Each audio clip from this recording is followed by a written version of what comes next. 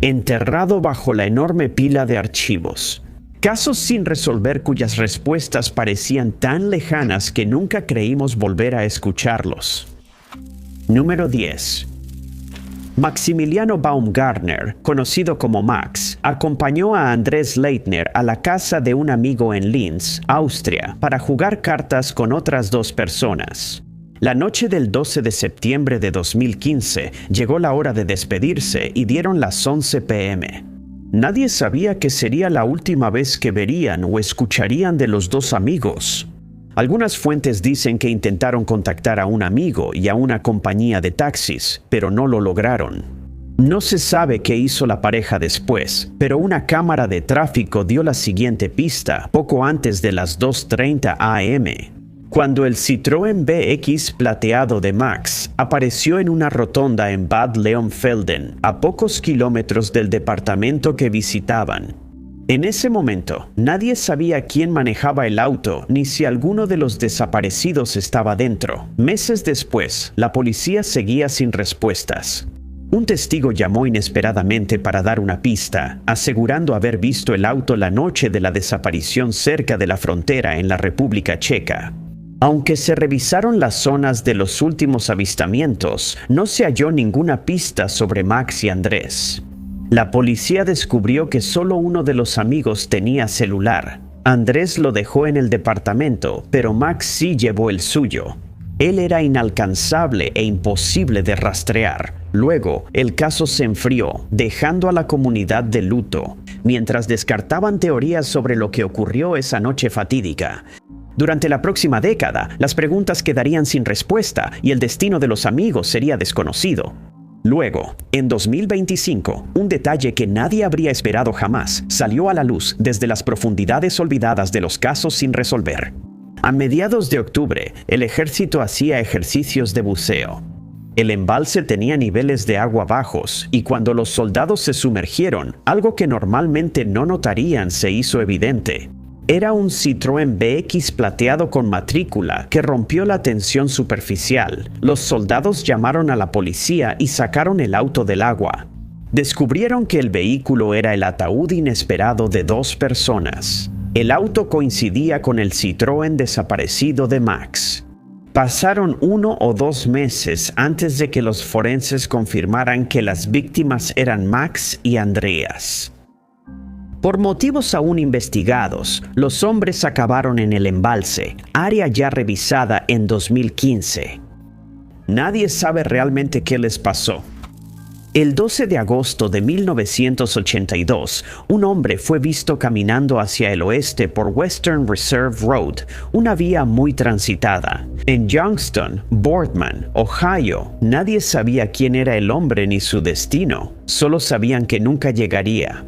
Poco antes de la medianoche, la humedad se disipó y quedó una brisa ligera. El hombre desconocido caminaba hasta que se detuvo.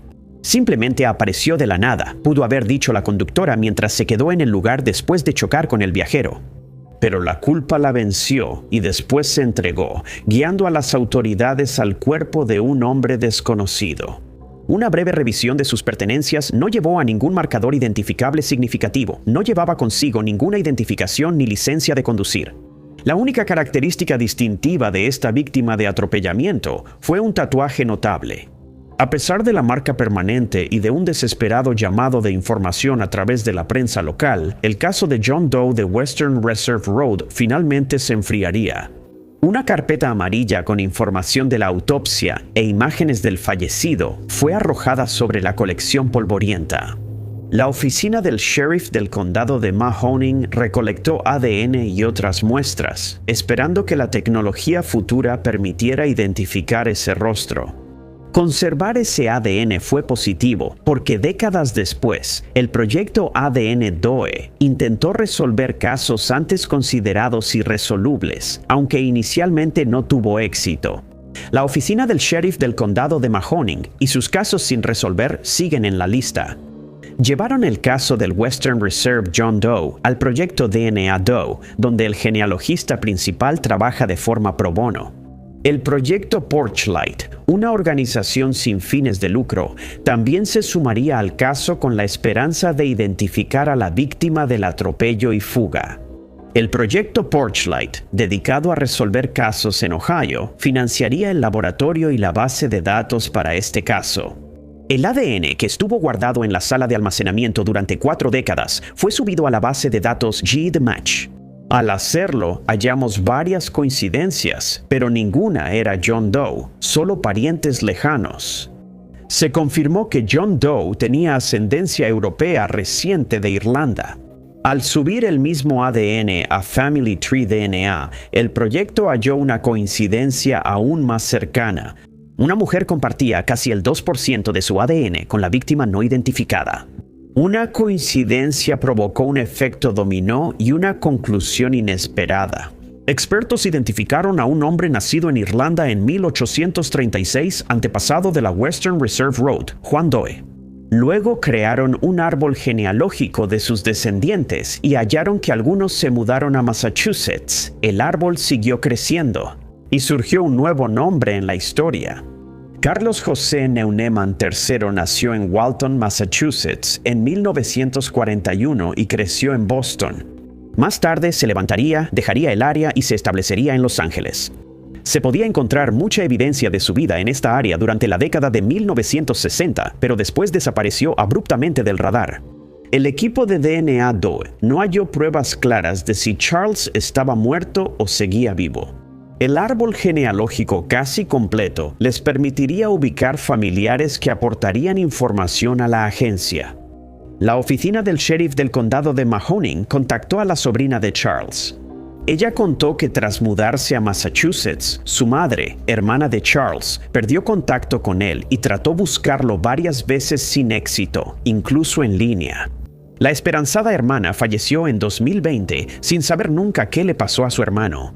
Sin embargo, su hija proporcionó con gusto una muestra de ADN al proyecto y las comparaciones fueron indiscutibles.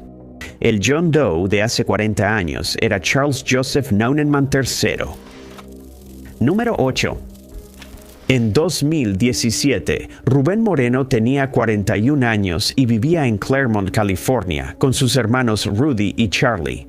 Solo Rubén y Rudy se involucraron a fondo en un supuesto grupo religioso en Hemet, California. Charlie dijo que las asambleas de Way Spirited parecían más una secta que una iglesia. Por lo que presenció, él rechazó unirse al grupo que consideraba atroz y fue rechazado. El grupo restringió el contacto entre él y sus hermanos, pero si hubieran permitido comunicación externa, quizá Charlie habría sabido antes de la desaparición de Rubén. No fue reportado como desaparecido durante 2 años, ya que la última vez que se le vio fue el 1 de febrero de 2017 y hasta agosto de 2019 se hizo el reporte. El caso recibió poca atención hasta 2023, cuando los medios lo vincularon inesperadamente con otro caso reportado ese año. El 25 de mayo de 2023, Emilio Ganam fue visto por última vez en el Starbucks de 600 Redlands Boulevard, Redlands, California. La última vez que se supo de él por teléfono fue alrededor de las 6:40 p.m. ese mismo día. El hombre de 41 años fue visto por última vez conduciendo una camioneta Nissan Frontier blanca, un auto de alquiler que había recogido en Las Vegas apenas 10 días antes. Él y Rubén eran miembros del grupo religioso Su Camino. Emilio dejó la iglesia y se mudó a Nashville para reunirse con la familia que lo había rechazado. Mientras estaba en la organización, inició su negocio de control de plagas, aprovechando su experiencia previa en una empresa de Su Camino. En mayo de ese año, solo un mes tras volver, viajaría otra vez a California por negocios. Un exmiembro dice que Emilio planeaba reunirse con un alto rango del grupo que supuestamente necesitaba ayuda, dejando Su Camino. Sin embargo, el exmiembro cree que pudo ser una trampa en los siguientes 2 años. El caso permanecería inactivo hasta que una cadena de eventos se desencadenó en agosto de 2025, exponiendo finalmente la verdad detrás de ambos casos. Ese mes hallaron en el desierto de Mojave la camioneta que Emilio usaba, abandonada y quemada. Las autoridades informaron que el vehículo tenía pruebas relacionadas con un homicidio, pero no especificaron cuáles. Unos meses después, en diciembre de 2025, los oficiales obtuvieron órdenes de cateo y las ejecutaron. El resultado fue la detención de varios miembros de alto rango de su grupo. Esto incluyó la detención de Shelly Catherine Martin, colíder de la organización, y del hermano del desaparecido. Rubén Rudy Moreno fue detenido después de que las pruebas sugirieran que estaba involucrado en el posible homicidio de Emilio. Se determinó que era miembro de alto rango del grupo. La investigación resultó en cargos de homicidio para Martín y su esposo Darrell.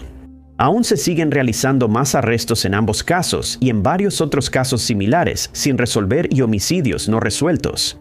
El arresto más reciente ocurrió el 12 de enero de 2026 cuando Ramón Ruiz Durin Jr. fue extraditado desde Tennessee. Número 7.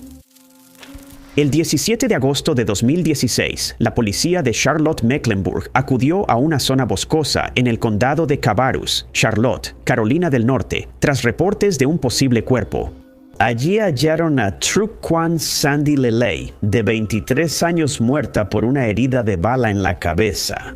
Sandy trabajaba en un restaurante con su compañero y exnovio Alejandro Castillo, de 18 años. No pasó mucho tiempo para que la policía sospechara que Castillo estaba detrás de este frío homicidio. Los mensajes de texto revelaron que probablemente fue la última persona en ver a Sandy con vida. Le debía $1,000 a su novia por motivos desconocidos. Las conversaciones mostraron que Castillo quería resolver el problema. Eso fue lo que él hizo creer a Sandy. Acordaron verse en una gasolinera, pero todo se volvió aterrador. Al llegar, Sandy fue obligada por su exnovio a sacar dinero de un cajero cercano. Luego la obligaron a regresar a su propio vehículo, mientras él tomó el lugar del conductor y la llevó al área boscosa, donde más tarde sería encontrada. El auto fue dejado en una estación de autobuses de Phoenix y hallado 2 días antes que el cuerpo de Sandy. Un día antes del hallazgo, el 16 de agosto, imágenes de cámaras de seguridad mostraron a Castillo cruzando de Nogales, Arizona, a México. En noviembre de ese año se emitió una orden de arresto local y a inicios de 2017 una federal, ambas por homicidio. En primer grado, Castillo también se encontraría en la lista de los 10 más buscados del FBI, ya que la organización creía que se estaba escondiendo en México. Esta teoría fue respaldada por la novia del fugitivo, Amia Feister, quien se había fugado con él y se entregó a las autoridades. Fue acusada de ser cómplice de homicidio y de robo mayor de un vehículo. Feister explicó que ambos se separaron en México y que no tiene idea de dónde podría estar él. Durante los siguientes años, la investigación y la búsqueda de Castillo persistieron, con su nombre figurando de manera inquietante en la lista de los 10 fugitivos más buscados. 10 años después, nadie pensaba que habría avances en este caso, pero el 16 de enero de 2026 se demostró lo contrario. Ese día, el FBI informó el arresto de un fugitivo de su lista de los 10 más buscados. Alejandro Castilla, de 27 años, fue hallado en Hidalgo, México, y ahora enfrenta cargos de homicidio en primer grado, evasión y fuga. Este es el 5º fugitivo de la lista arrestado en el último año.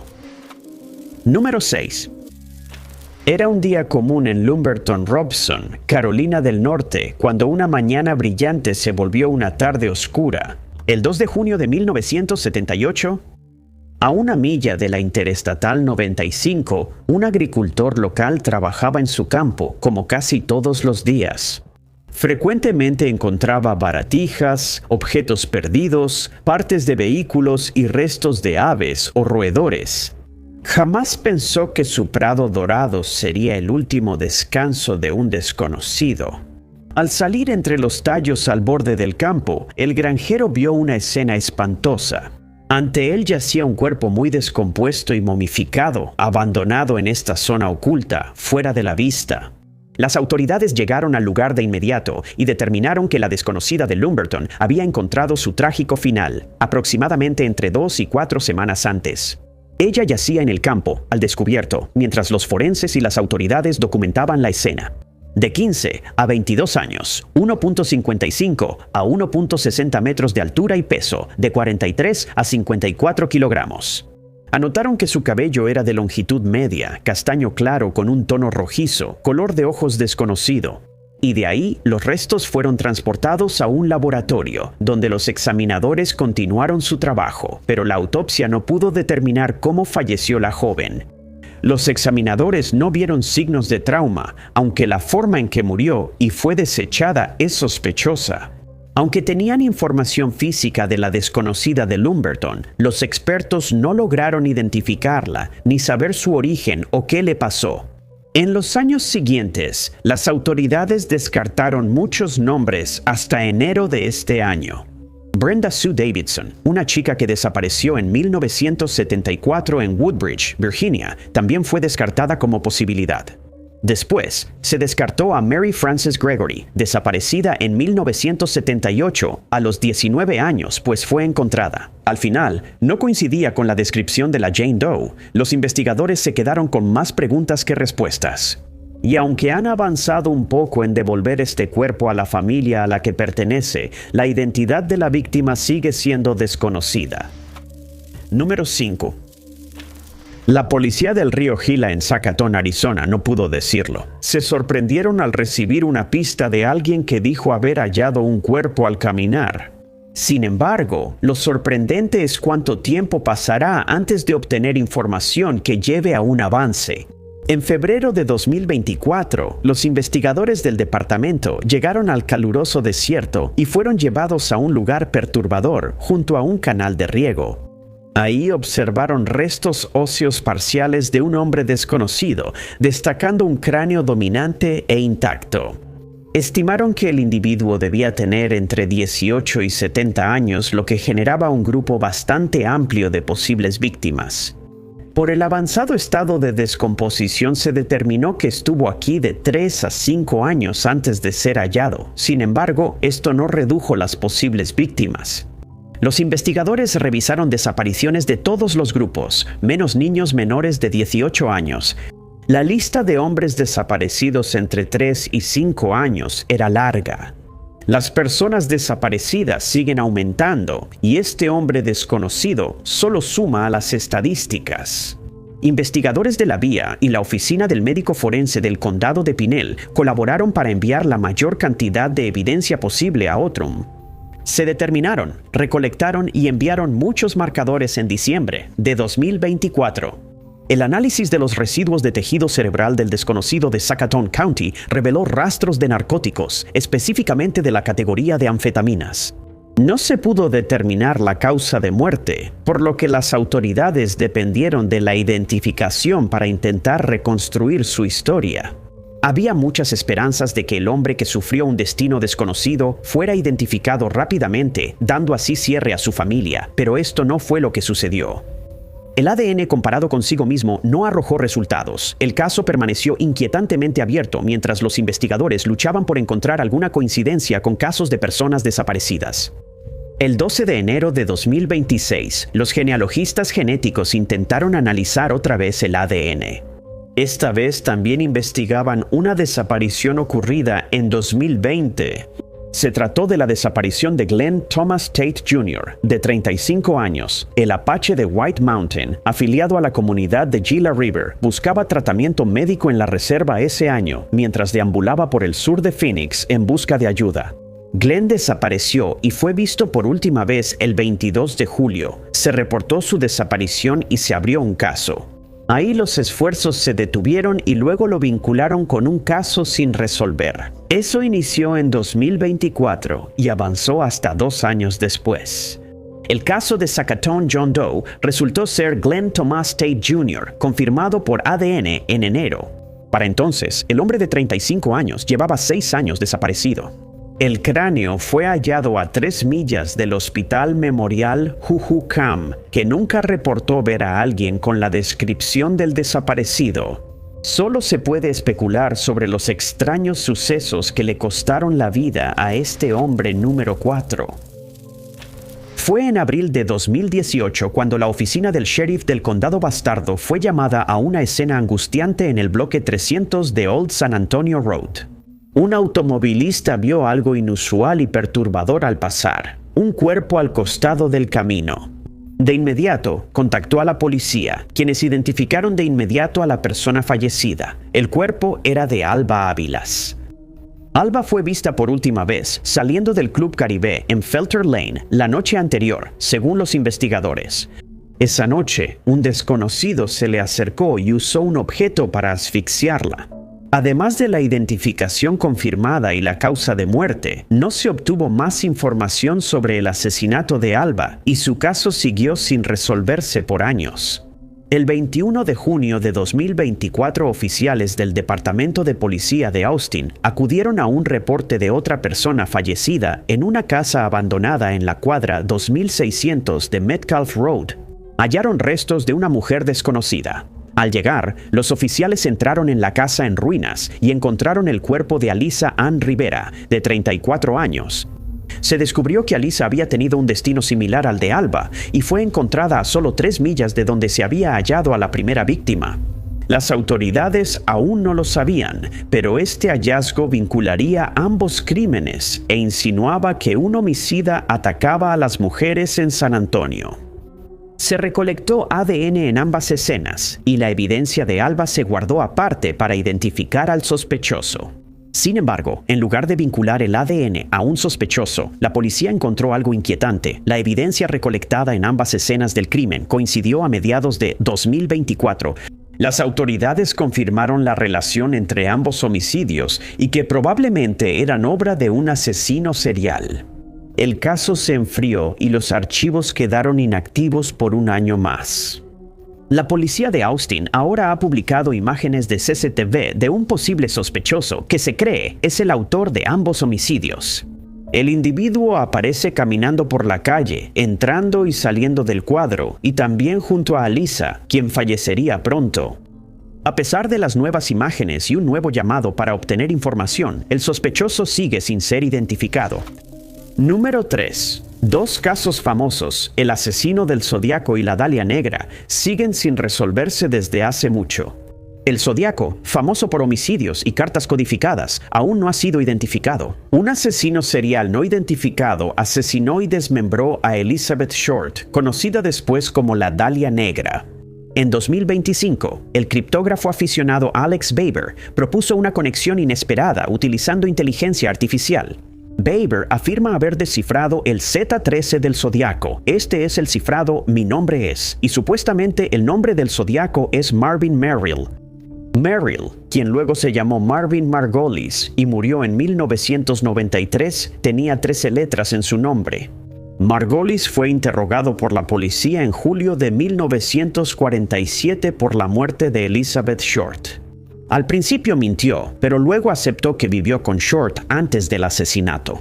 Margolis, un exmédico de la Marina psicológicamente inestable con entrenamiento médico, también supuestamente dibujó una imagen perturbadora de Short que contenía la palabra oculta, Zodiac, antes de su muerte. La solución del cifrado de Baber fue revisada por un descifrador de la NSA, quien la consideró válida. Aunque persiste el escepticismo debido a teorías amateur anteriores, este posible vínculo entre el escurridizo Zodiac y la Dalia Negra podría finalmente desentrañar ambos misterios perdurables.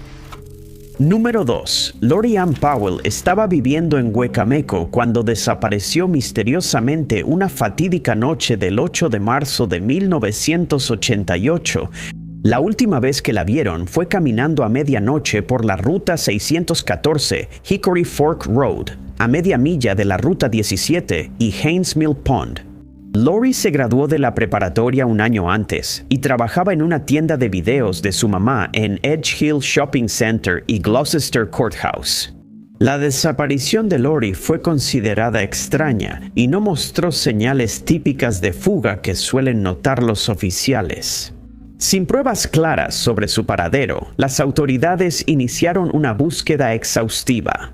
Participaron la oficina del sheriff de Grafton, un helicóptero estatal, perros rastreadores, amigos y familiares en grupos grandes. Buscaron en la Ruta 17. Los volantes con el rostro de la mujer desaparecida eran sus únicas huellas, y una recompensa de $1,000 era su única esperanza. Pasó un mes sin información y las autoridades estaban perdidas. El 2 de abril de 1988 hubo un avance. Sin embargo, el avance no era lo que nadie esperaba y trajo consigo un dolor inconsolable. Unos navegantes estaban a la deriva en el río Elizabeth, cerca de la isla Cranny, cuando encontraron el cuerpo de una mujer, que fue confirmado como el de Lori Ann Powell. Tenía varias heridas de arma blanca en la espalda, y la forma en que murió evidenciaba un homicidio brutal. Se recopiló una gran cantidad de evidencia, pero no se logró nada con ella, al menos por un tiempo. El avance inició en 2017 con una muerte aparentemente sin relación en una casa de Lancaster. Falleció Alan Wilmer Sr., residente de 63 años conocido como Pokey. Era un pescador con barco comercial que navegaba por el río Elizabeth, donde hallaron el cuerpo de Lori. Cuando las autoridades comenzaron a identificar al individuo fallecido, encontraron algo totalmente inesperado. Su ADN coincidía con la evidencia en la base de datos del homicidio de Lori. 37 años después de la brutalidad, la familia finalmente tuvo cierre. Número 1. Un misterio criminal que persiste en la memoria colectiva es el homicidio de Colonial Parkway, aún sin resolver tras mucho tiempo. Entre 1986 y 1989, un asesino serial aterrorizó Virginia. Durante esos 3 años, al menos 10 personas conocidas fueron atribuidas a un solo perpetrador que cometió sus crímenes. El Colonial Parkway, de 22 millas, cruza el Parque Histórico Nacional Colonial y une Jamestown, Williamsburg y Yorktown. Rebecca Dowski y Kathy Thomas fueron las primeras víctimas conocidas de los asesinatos del Parkway. Kathy y Rebecca desaparecieron tras salir de un laboratorio de computación en el campus de William y Mary en octubre de 1986. La pareja fue a la ruta Colonial Parkway en su Honda Civic blanco. Días después, hallaron el auto con los cuerpos de las mujeres desaparecidas dentro. La autopsia mostró que ambas víctimas tenían marcas de cuerda en cuello y muñecas y señales de estrangulamiento. Estos 2 homicidios desataron la serie, dejando cuerpos y décadas de preguntas sin respuesta. Robin Edwards y David Knobling fueron los siguientes. Luego estuvieron Cassandra Haley, Keith Call, Anna Maria Phelps y Daniel Lauer, entre muchas otras víctimas individuales. Los homicidios de Colonial Parkway han marcado Virginia durante décadas, con al menos 4 parejas como víctimas. Discusión tras discusión, teoría tras teoría, y durante años todo eso no llevó a nada. Hasta 2024, 40 años después, se lograría un avance asombroso. Fue ese año cuando el mismo ADN recolectado de un fallecido, Alan Wilmer Sr., el mismo ADN que lo vinculó con el homicidio de Lori Ann Powell, también se encontraría entre las víctimas de Colonial Parkway. Específicamente se descubrió que él fue el agresor enmascarado detrás de la masacre de David Knobling y Robin Edwards, el doble homicidio que ocurrió después de los primeros casos de Parkway. Los investigadores continuaron comparando el ADN con las pruebas que habían estado almacenadas durante mucho tiempo con los archivos de casos sin resolver. El 20 de enero de 2026, la oficina del FBI en Norfolk informó que Wilmer también fue responsable de la masacre de 2 mujeres que inició los homicidios en Colonial Parkway. Posteriormente, surge un patrón a partir de estos nuevos detalles. Es probable que Wilmer sea responsable de muchos más crímenes. Se le relaciona con al menos 6 homicidios de jóvenes en Virginia y es sospechoso en otras desapariciones. Ahora, las autoridades están tratando de determinar si Wilmer está detrás del resto de los homicidios de Colonial Parkway o si solo era uno entre varios maníacos homicidas que buscaban aprovecharse de los vulnerables. Muchas gracias por ver el video. Si te gustó este video, asegúrate de darle like. Además, no olvides suscribirte y hacer clic en la campanita de notificaciones para estar al tanto de todas nuestras futuras publicaciones. Soy Top 5 Desconocidos, nos vemos en el próximo video.